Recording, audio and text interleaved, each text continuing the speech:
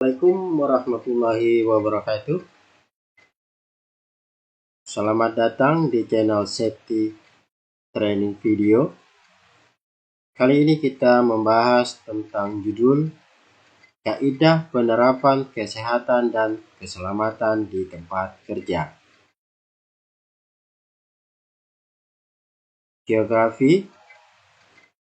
Nama saya Marjoki. Saya pernah menjadi HSE System and Training, HSE Monitoring and Compliance. Bekerja di bidang keselamatan dan kesehatan kerja, K3, mulai dari 2 tahun, sudah berpengalaman kurang lebih 5 tahun di beberapa sektor industri, yakni IVC, konstruksi, sipil, pertambangan, menekuni sistem dan pelatihan K3, monitoring, dan pemenuhan K3 serta koordinasi K3 perusahaan. Judul video kita hari ini adalah Ahli K3. Ahli K3 di tempat masing-masing harus memiliki ahli K3 umum. Masing-masing pekerjaan konstruksi harus ada memiliki petugas K3 yang telah memiliki lisensi ahli K3 konstruksi sesuai dengan Permenaker RI nomor per 04/Men/1987 tentang P2K3 dan juga tata cara penunjukan ahli K3 dengan surat Dirjen Bendwasnaker RI nomor Kep 20/DJPPK/11/2004 tentang sertifikat kompetensi K3 bidang konstruksi bangunan. Surat Kep Dirjen Bendwasnaker nomor Kep 20/DJPPK/11/2004 menerangkan 1. Setiap proyek dengan tenaga kerja lebih besar 100 orang atau pelaksanaan lebih dari 6 bulan harus memiliki 1 ahli utama K3, 1 AK3 muda, dan 2 AK3 muda konstruksi. 2. Setiap proyek dengan tenaga kerja kurang dari 100 orang atau pelaksanaan kurang dari 6 bulan harus memiliki 1 AK3 madya dan 1 AK3 muda konstruksi. 3.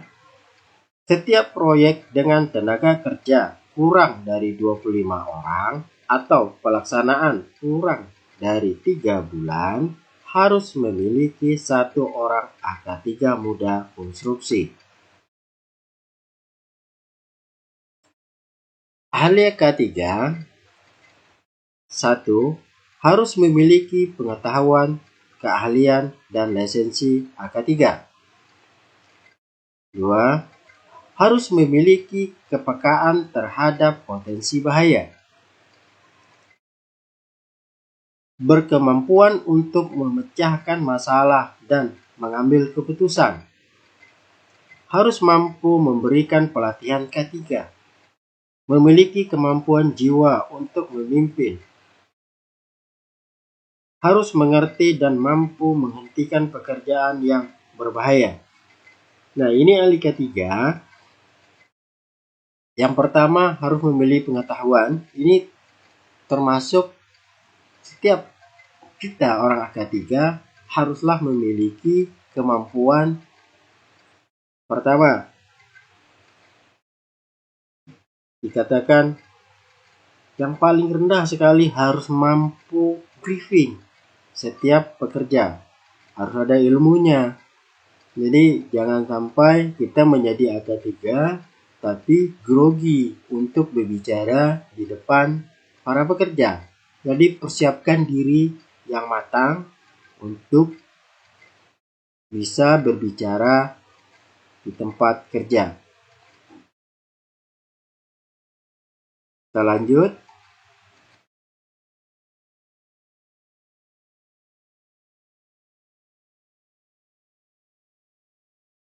Penjelasan.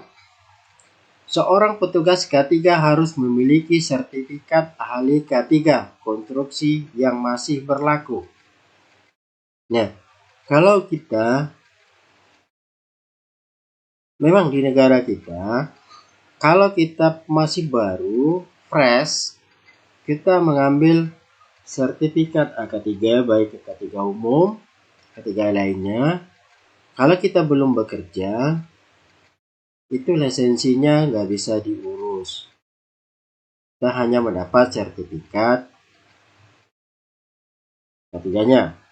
Tetapi apabila kita sudah bekerja, itu kita wajib mengurus lisensinya supaya kita diakui oleh perusahaan setempat ataupun oleh negara dan lembaga.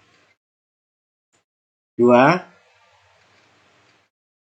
Memastikan rencana K3 proyek yang sudah dibuat sesuai dengan standar dan dikirimkan kepada pihak yang berkepentingan. Nah, ini kalau kita fresh, ini kita kadang-kadang tidak mengikuti nih, menyusun rencana K3. Contoh, kalau di dalam proyek itu ada namanya tender, free tender, ini rencana K3-nya sudah disusun terlebih dahulu. Jadi kalau kita hanya dapat kontrak 6 bulan, 3 bulan kerja, ini kadang-kadang malah kita nggak dikasih tahu ini rencana K3-nya apa.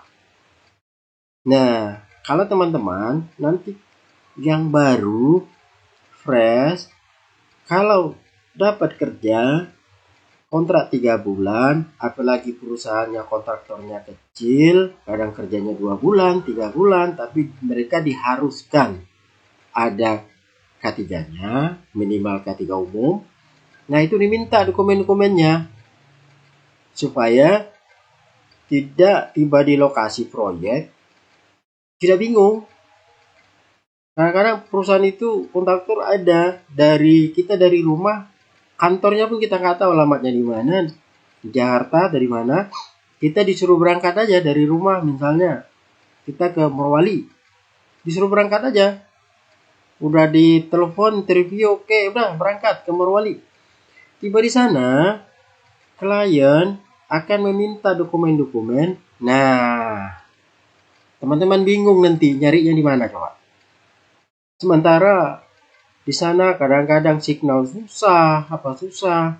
Jadi itu harus di-prepare sebelum berangkat. Jadi kita tiba di sana tidak bingung, ada guidance-nya. Ya, minimal SOP ahli K3. 2. Untuk briefing, cara briefing tenaga kerja dan orang pekerjanya ada berapa orang, kita harus tahu duluan tuh. Terus kadang-kadang kita disuruh untuk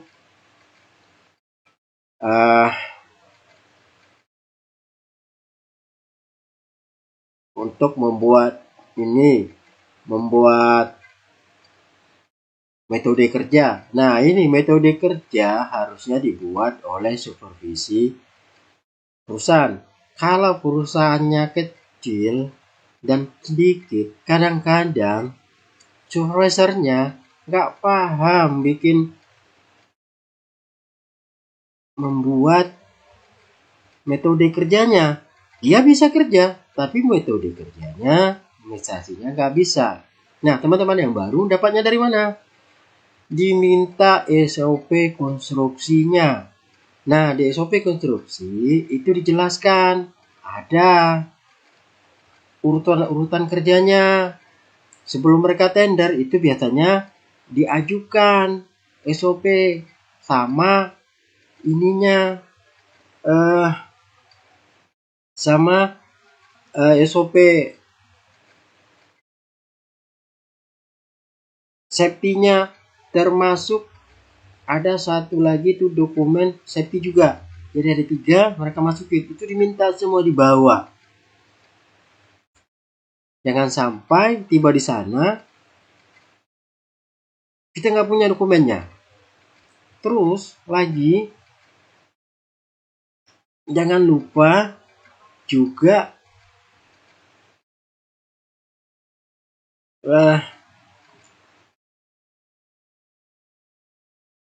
JSA. Jadi kalau teman yang baru-baru di Fresh, haruslah mencari sebanyak-banyak mungkin rekomendasi JSA. Kenali proyek yang kita datang itu apa. Misalnya konstruksi membuat camp perusahaan. Nah, skupnya apa aja? Mungkin dia membuat fondasi. Fondasi itu apa aja tuh nanti. Pemotongan besi, apa, segala macam. Terus tahu semua. Nah, kita dapat skup itu semua sampai finish. Baru kita tahu berapa JSA-nya yang akan timbul. Apa aja metode kerjanya. Nah, jadi dilihat itu. Dari mana dapat SOP konstruksi. Jadi kalau teman-teman tidak membawa SOP konstruksi, bingung. Tiba di sana diminta, JSA-nya nggak jalan, lampiran tak ada, JSA tidak di-approve, teman-teman pekerja nggak bisa kerja. Alhasil terbengkalai, delay pekerjaan gara-gara JSA tidak di-approve. Nah, kita lanjut. Memastikan seluruh alat berat dan peralatan yang digunakan memiliki sertifikasi yang masih berlaku. Nah, ini kalau perusahaannya manajemen safety-nya tinggi dan komplit bagus, itu semua harus ada sertifikasinya. Kalau kita menggunakan alat berat kayak kren, mobil kren, termasuk alat-alat listrik yang ada pengukurannya, termasuk kalau ada kita penangkal petir, itu harus ada kalibrasinya dan segala macamnya. Itu ditanya suratnya, termasuk body harness. Nah, body harness itu juga ada ininya, petunjuknya, dan itu ada inspeksinya. Termasuk alat kerja gerinda segala macam, itu harus ada pengecekannya. Jadi kalau teman-teman yang baru harus paham, pelajari, ada tagnya, kita buat label tagnya. Itu semua pekerjaan orang safety sebelum melakukan konstruksi. Jadi ada pengecekan. Nah, itu semua didokumentasi, divideoin, difoto. Untuk apa? Untuk dilampirkan ke klien. Dan kita juga perlu mengundang mereka untuk inspeksi alat kerja, termasuk kabel-kabel listrik. Jadi yang penting kita undang, ke mereka datang tidak datang, urusan kedua, yang penting kita ada surat undangannya, kita ada pengecekan alat. Tuh. Selanjut, memastikan perlindungan terhadap pihak ketiga dan lingkungan sekitar sudah direncanakan dengan aman. Ya, ini cuma pihak ketiga. Pihak ketiga kayaknya kalau ada kontraktor yang datang, apa perlindungannya, masuk ke lingkungan ini pencemaran. Nah, ini kayak sampah apa, ini juga jadi pekerjaan orang safety. Jadi kadang-kadang orang safety itu semua benda dikerjakannya. Jadi perihal yang perlu kita perhatikan, tempat kerja selain dari konstruksi harus memiliki ahli K3 umum. Nah, tadi sudah saya bilangkan. Jadi semua itu harus ada ahli K3 umumnya. Kadang-kadang ahli K3 konstruksi tak ada, tapi ahli K3 umum terus ada. Rencana K3 proyek harus disetujui pimpinan dan dimutakhirkan setiap ada perubahan. Nah, ini kalau proyek 3 bulan, 4 bulan ini nggak ada perubahan. Jadi ini teman-teman tak usah bingung, kecuali kalau proyek besar. Nah, itu banyak orangnya. Kalau kita baru pinggir-pinggir saja lah. Tengok-tengok saja, pelajari.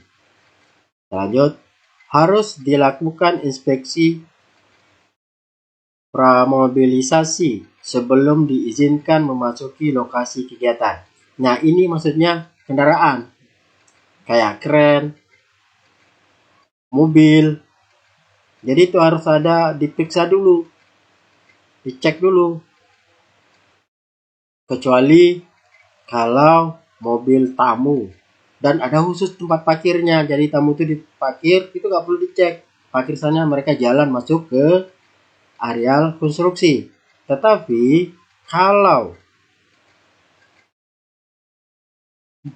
kendaraan atau alat yang bekerja atau di dalam area konstruksi itu harus diperiksa, diuji oleh orang seperti juga dan sama orang mekanik. Tetapi kalau mobil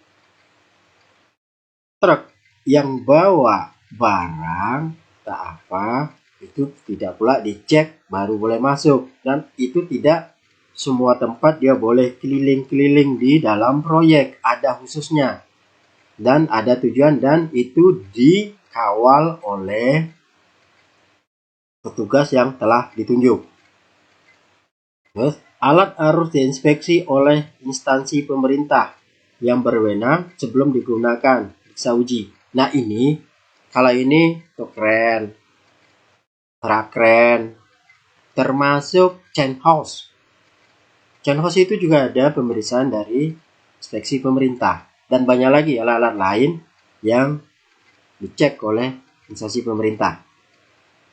Dan itu semuanya sertifikatnya harus dikumpul oleh orang safety.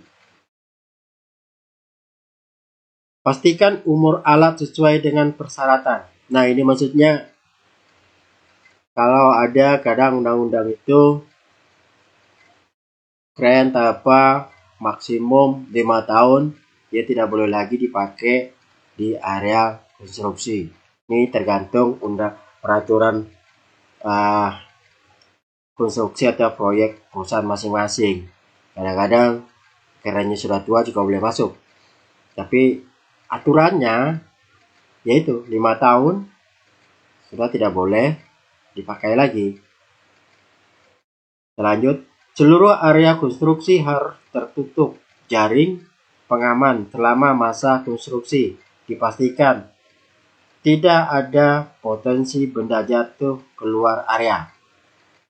Nah, ini jaring. Jadi setiap konstruksi itu dipasang jaring supaya tidak ada serpihan-serpihan atau benda jatuh. Contohnya kalau kita bangun kayak hotel, apartemen, nah itu kan juga tempatnya sempit, dan juga itu ada kadang-kadang dilewati dekat sama jalan raya apa. Nah, takut nanti ada serpihan atau pecahan-pecahan beton atau apa terlempar keluar dan mengenai mobil dan orang. Ini termasuk tanggung jawab proyek tersebut. Makanya kita orang safety harus tahu berapa jauh kita ngecek, harus dipasang, bagaimana cara pemasangan jaringnya, kemana dipasang, itu dicek oleh orang safety. Dan jangan lupa terus dokumentasi semua supaya ada kapan kita ngeceknya. Lanjut. 5. Memastikan seluruh alat berat dioperasikan oleh operator yang memiliki SIO, surat izin operasi, dan masih berlaku. Nah, kalau ini pertama kali sebelum operator itu bawa alat, mereka sudah memberikan fotokopisio ke orang safety. Dan juga ada trainingnya sedikit supaya mereka paham, termasuk perbaikan, pengecekan alat sebelum digunakan. Nah, kita lanjut. Dalam kondisi berbahaya, harus mampu menghentikan pekerjaan. Ini siapa yang ditujukan? Apakah orang safety? Ini tidak. Ini ditujukan kepada operator itu sendiri. Misalnya, ada teman kerja lain menyuruh, angkat ini, taruh sana. Sementara itu tempatnya tidak safe, dilewati oleh alat. Contohnya kayak forklift, jalannya berlubang, miring-miring, angkat barang, drum pula, 2 stek pula drumnya, miring, jatuh drumnya.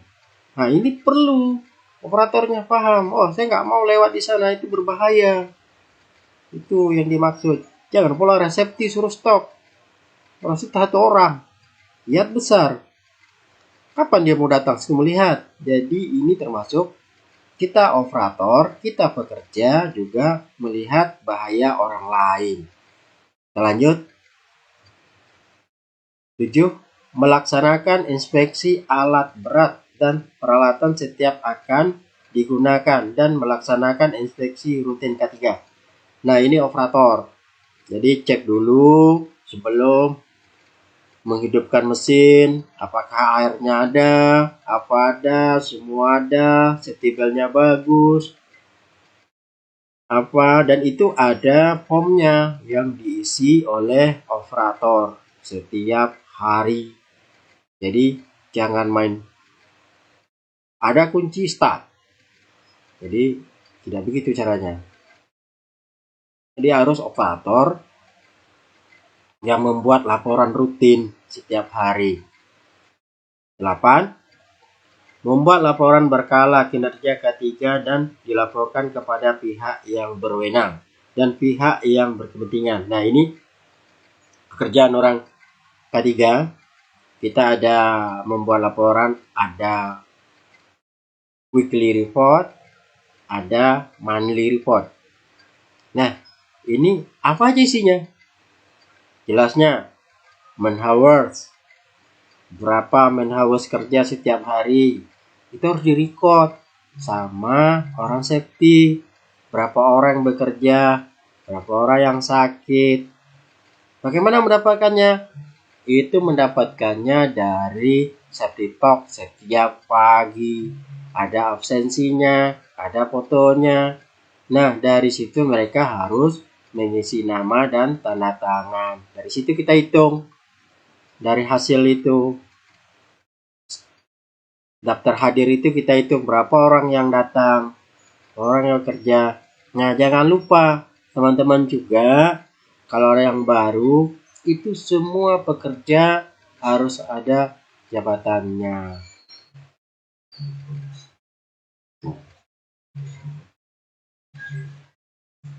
Perihal yang perlu, hanya operator yang memiliki SIO surat izin operasi yang boleh dioperasikan alat berat. Laporkan kepada penanggung jawab pekerjaan atau departemen terkait dan lakukan rapat persiapan. Nah, ini tadi TBM yang kita di poin 8. Di poin 8 ini kita perlu nih laporan TBM-nya. Gunakan daftar periksa. Nah, ini waktu sebelum menggunakan berat, sebelum menggunakan peralatan. Laporan ke instansi pemerintah yang berwenang dan unit K3 setiap minggu. Memuat kinerja K3, daftar alat berat dan operator, rencana dan aktual K3. Nah, ini. Jadi ada rencana, laporan rencana kita, minggu itu kerjanya apa-apa aja. Nah, ada lagi aktualnya. Misalnya kerjanya hari ini pemotongan besi 2 hari. Ternyata aktualnya 1 hari selesai. Nah, itulah K3. 9. Operasional gedung harus memiliki minimal 1 orang ahli K3 umum. Ini kalau gedungnya sudah beroperasi. 10. Proyek konstruksi harus memiliki ahli K3 konstruksi sesuai peraturan ini, kecuali ada keterbatasan pemenuhan kompetensi ahli K3 konstruksi oleh instansi pemerintah yang berwenang. Perihal yang perlu, operasional gedung yang tidak memenuhi instruksi kerja ini akan dikenakan sanksi sesuai dengan peraturan yang berlaku di kawasan proyek. Nah ini, jadi kalau yang tidak sesuai dengan instruksi, di dalam proyek itu ada aturan-aturan yang baku harus dilakukan. Proyek konstruksi yang tidak memenuhi aturan akan menyebabkan penutupan akses umum di kawasan proyek untuk kegiatan konstruksi. Nah ini udah baku, jadi ngikutin aja ini lagi proyeknya. Kalau aturan ini sudah baku dari pemerintah juga ada. Oke, sekian video untuk ahli K3 umum yang singkat, dan kita lanjut dengan video selanjutnya, alat pelindung diri, seragam kerja, dan ID card. Terima kasih. Terima kasih telah nonton. Jika teman-teman suka, mohon di subscribe, like, dan share video ini. Assalamualaikum warahmatullahi wabarakatuh. Juga. Juga. Juga. Juga.